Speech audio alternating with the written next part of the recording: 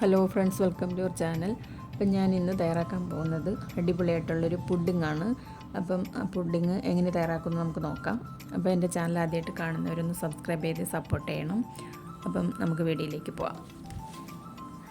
അപ്പം ഞാൻ അതിനായിട്ട് ഇതൊരു പപ്പായാണ് എടുത്തിട്ടുള്ളത്. നല്ല പഴുത്തിട്ടുള്ള പപ്പായാണ് കേട്ടോ. അപ്പം അതിൻ്റെ തോലൊക്കെ ഒന്ന് കളഞ്ഞിട്ട് ക്ലീനാക്കി എടുക്കാൻ, അത് കുരുവൊക്കെ കളഞ്ഞ് നമുക്ക് ക്ലീനാക്കി എടുക്കാം. അപ്പോൾ അതിൻ്റെ ഉള്ളിലുള്ള ആ വള്ളി പോലത്തെ സാധനം കൂടെ കളയണം. അപ്പോൾ നമുക്കില്ലെങ്കിൽ അത് ഈ ഒരു കുത്തൽ മാതിരി ഉണ്ടാവും. അപ്പോൾ അതൊക്കെ കളഞ്ഞിട്ട് നമുക്ക് ചെറുതായിട്ട് പീസാക്കി എടുക്കാം. പീസാക്കി എടുക്കുന്ന വെച്ചാൽ നമ്മൾ അരച്ചെടുക്കുന്ന എളുപ്പത്തിന് വേണ്ടിയിട്ടാണ് കേട്ടോ. അപ്പോൾ അതെല്ലാം പീസാക്കി എടുത്തിട്ടുണ്ട്. അപ്പോൾ ഇനി നമുക്കൊരു മിക്സിയുടെ ജാറിലേക്ക് ഇട്ട് കൊടുത്ത് അത് നല്ലതുപോലെ ഒന്ന് അരച്ചെടുക്കാം. അപ്പോൾ ഞാനിതെല്ലാം അരച്ചെടുത്തിട്ടുണ്ട്. നല്ല പെർഫെക്റ്റായിട്ട് അരച്ചിട്ടിട്ടുണ്ടോ. അപ്പോൾ നമുക്കിനി ഇത് ഒരു കപ്പിലേക്ക് ഒഴിച്ച് ഒന്ന് മാറ്റി അങ്ങോട്ട് വെക്കാം. അപ്പം ഞാൻ ഇതിനായിട്ട് 1 ലിറ്റർ പാലെടുത്തിട്ടുണ്ട്. അതിനകത്തേക്ക് ഒരു 1/2 കപ്പ് പാൽപ്പൊടിയും കൂടി ഇട്ട് കൊടുക്കാം. അത് നല്ലതുപോലെ ഒന്ന് മിക്സാക്കി എടുക്കാം. അപ്പോൾ പാൽ ചൂടായി വരുമ്പോഴത്തേക്ക് പാൽപ്പൊടി എല്ലാം കൂടെ അതിനകത്തേക്ക് നല്ലതുപോലെ ഒന്ന് മിക്സായി വരും കേട്ടോ. ഇനി 1 ടേബിൾ സ്പൂൺ കോൺഫ്ലോറും 2 ടേബിൾ സ്പൂൺ പാലും കൂടെ അതിനകത്ത് ഒഴിച്ച് കൊടുത്തിട്ട് കട്ടയൊന്നും ഇല്ലാതെ പൊടി നല്ലതുപോലെ ഒന്ന് മിക്സാക്കി എടുക്കണം.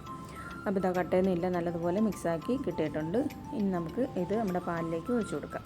അപ്പോൾ കൈ എടുക്കാതെ ഇളക്കിക്കൊണ്ടിരിക്കണം കേട്ടോ. ഇത് എളുപ്പത്തിൽ തന്നെ കുറുകി കിട്ടും. അപ്പോൾ നമ്മുടെ ഇത് ഒഴിച്ച് കഴിയുമ്പോൾ തന്നെ നമ്മുടെ പാലെല്ലാം നല്ലതുപോലെ കുറുകി വന്നിട്ടുണ്ട് കേട്ടോ. ഇനി നമുക്ക് മധുരത്തിനായിട്ട് മിൽക്ക് മേഡും കൂടെ ഒഴിച്ചു കൊടുക്കാം. പിന്നെ ഒരു ടേബിൾ സ്പൂൺ വാനില എസൻസും കൂടെ ഒഴിച്ചു കൊടുക്കാം. എന്നിട്ട് ഇതെല്ലാം കൂടെ നല്ലതുപോലെ ഒന്ന് മിക്സാക്കിയതിന് ശേഷം നമ്മൾ അരച്ച് വെച്ചിരിക്കുന്ന പപ്പായയുടെ പൾപ്പും കൂടി ഇതിലേക്ക് ആഡ് ചെയ്ത് കൊടുക്കാം.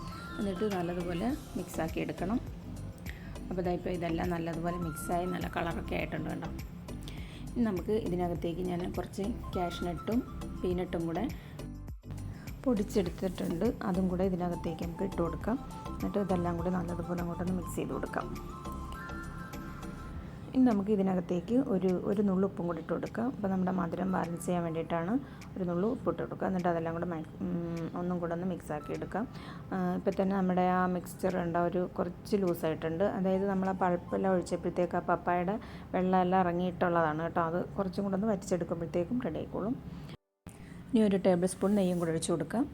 അപ്പം ഇതെല്ലാം കൂടെ ഒന്നും കൂടെ നന്നായിട്ടൊന്ന് മിക്സ് ചെയ്തെടുക്കാം. ഇപ്പം അത് ശരിക്കും വറ്റി വന്നിട്ടുണ്ട് കേട്ടോ. ഇനിയിപ്പോൾ നല്ല മണവും രുചിയൊക്കെ കാണുമ്പോൾ തന്നെ അറിയാമല്ലോ.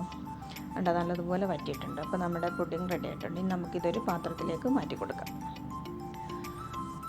അപ്പോൾ ഞാൻ ഡിഷിലേക്ക് ഒഴിച്ചു കൊടുക്കുകയാണ്. ഇതെല്ലാം ഒഴിച്ചതിന് ശേഷം അതിൻ്റെ പുറത്തേക്ക് നമ്മൾ നേരത്തെ എടുത്തു വെച്ചതിൻ്റെ ബാലൻസ് ഉണ്ടായിരുന്ന കാഷ്നട്ടും പീനട്ടും കൂടെ അതിൻ്റെ പൊടിയാണ്, അതും കൂടെ ഒന്ന് പുറത്തൊന്ന് വിതറി കൊടുക്കുക. ഇത് ഞാൻ ഭംഗിക്ക് വേണ്ടി ചെയ്യുന്നതേ ഉള്ളൂ കേട്ടോ. പിന്നെ കുറച്ച് ചോക്ലേറ്റും കൂടെ പൊടിച്ച് അതിൻ്റെ പുറത്തിടുകയാണ്. അപ്പോൾ നമ്മുടെ പുഡിങ് റെഡി ആയിട്ടുണ്ട് കേട്ടോ. ഇതിപ്പോൾ ഞാൻ 1 മണിക്കൂറിന് ശേഷം റൂം ടെമ്പറേച്ചറിൽ വെച്ചതാണ് കേട്ടോ. അതിന് ശേഷം എടുത്തത് നല്ല ക്രീമി ആയിട്ട് നല്ല ടേസ്റ്റി ആയിട്ടുള്ള നമ്മുടെ പുഡിങ് റെഡി ആയിട്ടുണ്ട്.